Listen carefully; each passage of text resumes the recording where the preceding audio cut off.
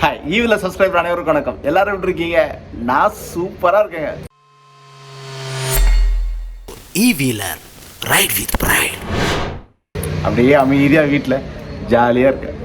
எந்த வம்பு தும்புக்கும் போகிறதில்ல, வீடியோ போடுறதில்ல. ஈவிலரில் எதுக்கு வெடிக்கிற வேண்டிய வீடியோ போட்டுட்டு கெட்ட பேர் வாங்கிட்டுன்னு. சரி, என் வண்டியில் வந்து அந்த பார்க்கிங் சுவிட்சு ப்ராப்ளம் இருக்குது.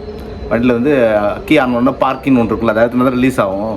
சில இடத்துல பார்த்தா ஸ்டாண்டில் கொடுத்துருப்பாங்க. எல்லா வண்டியும் ஆல்மோஸ்ட் ஸ்டாண்டில் இருக்கும். ஸ்டாண்ட் ரிலீஸ் பண்ணால் தான் ரிலீஸ் ஆகும் கரெக்டாக. ஸோ அந்த மாதிரி சுவிட்சு பார்க்கிங் சுவிட்ச் ப்ராப்ளம் இருக்குது, இஷ்யூ இருக்குது. மழை டைமில் மற்ற டைமில் எல்லா டைம்லையும் உள்ளே போய் லாக் ஆகிடும். அழுத்தி இன்னும் ஒரு 10 தடவை எடுத்துனா ஒரு தடவை ரிலீஸ் ஆகும்.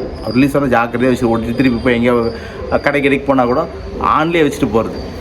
யாராவது ஆக்சிடென்ட் முடிக்கிட்டோன்னா வண்டி போய் ஊந்துடும். இருந்தாலும் எட்டி பார்த்துக்கிட்டே சீக்கிரமாக வேலையை முடிச்சுட்டு வந்து வாங்கிட்டு வந்து வண்டி எடுப்பேன். இந்த மாதிரி பிரச்சனை இருந்துகிட்டே இருக்குது. சரி, கொண்டு போய் நியர்பை இங்கே தான் ஒரு நாங்கள் படி பார்த்துருக்கோன்னா நியர் மவுண்ட்டுக்கிட்ட ஒரு கௌராவுடைய ஷாப் இருக்காங்க. உடலாம் கூப்பிட்டு தான் இருக்காரு. ஆனால் போனால் ஒரு நாள் ஆகிடும். அதனால் நம்மளே பண்ணிடலாம். தெரிஞ்ச விஷயம் தானே. என்ன பண்ண போகிறேன், கைட்டி பார்த்தா தான் தெரியும். வாங்க பார்க்கலாம். என்னோடய வண்டிக்கு பண்ணுறேன், நீங்கள் உங்கள் வண்டிக்கு பண்ணிட்டு எதாவது ஆகிட போகுது. அதையும் சொல்கிறேன். ஒழுங்காக மெக்கானிக் கொண்டு போய் விடுங்க. எனக்கு தெரிஞ்சால் பண்ணி பார்க்குறேன்.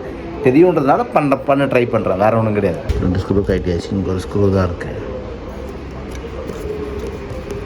3 ஸ்க்ரூ கைட்டியாச்சு.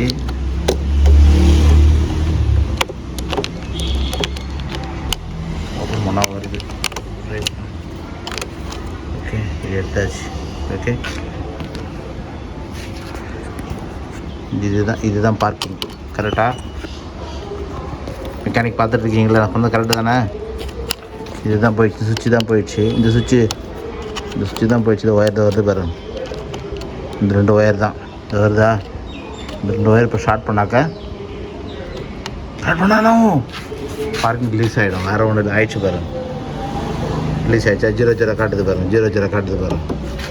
வண்டி போகும். இப்போது வண்டி வந்து போதா? ஓகே, போச்சு. ஓகே, இந்த 2 ஒயர் இப்போ முடி கூட்டு ஷார்ட் பண்ணிட்டு டேப் அடிச்சுட்டா முடிஞ்சுது. கட் பண்ணிவிட்டு டேப் அடிச்சுட்டா முடிஞ்சுது. இது இந்த சுவிட்சு கிடைக்குமா கிடைக்காதான்னு தெரில. தேவையும் இல்லை நம்மளுக்கு. மற்றபடி இதெல்லாம் கரெக்டாக இருக்குது. இந்த மோட் சுவிட்சு தான் கரெக்டாக ஒர்க் பண்ணுது. இதுதான் பிரச்சனை. ஓகே, 2 ஒயரை பக்கம் போட்டு முடி கூட்டு டேப் அடிக்க வேண்டியது தான்.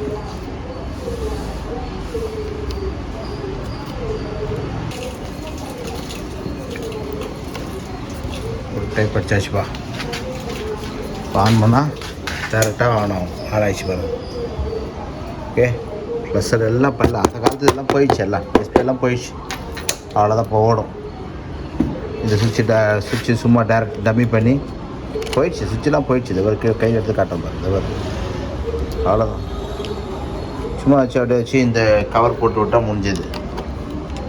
சும்மா டம்மியாக உள்ளே வச்சுக்கலாம். அந்த கேப்பு ஃபில்லப் பண்ணதான், வேறு ஒன்றும் கிடையாது.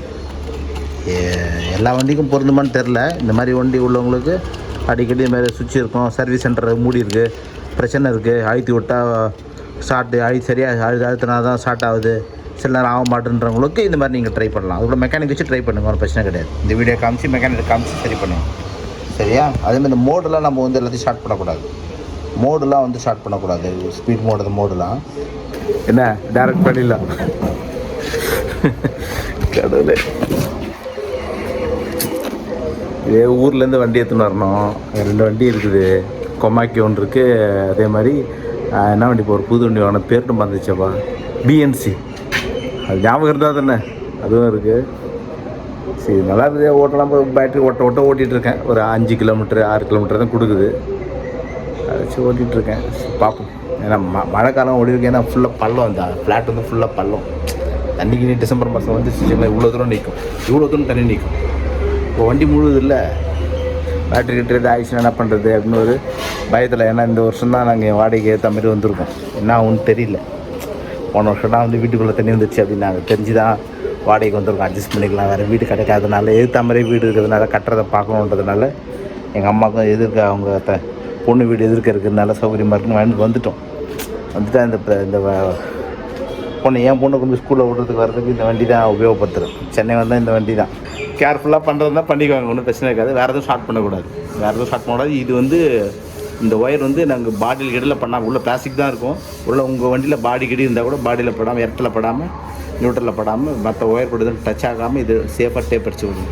ஒன்றும் பயம் ஒன்றும் இருக்காது. சரியா? இது நான் தெரியுது, நான் செய்கிறேன். நீங்கள் செய்கிறீங்கன்னா கேர்ஃபுல்லாக பொறுப்பை உணர்ந்து நான் பண்ணுற மாதிரி நீங்களும் பண்ணணும். அப்படி இல்லைன்னா கொண்டு போய் நேராக கொண்டு போய் எதுக்கு வம்பு கொண்டு போய் கொடுத்தா வேறு சுவிட்சை மாற்றி கொடுத்துட்டு போயிடறாங்க.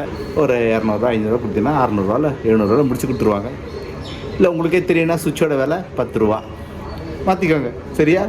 சப்ஸ்கிரைபர் டெக்னீஷியன் தான் பார்க்கலாம். ரைட்.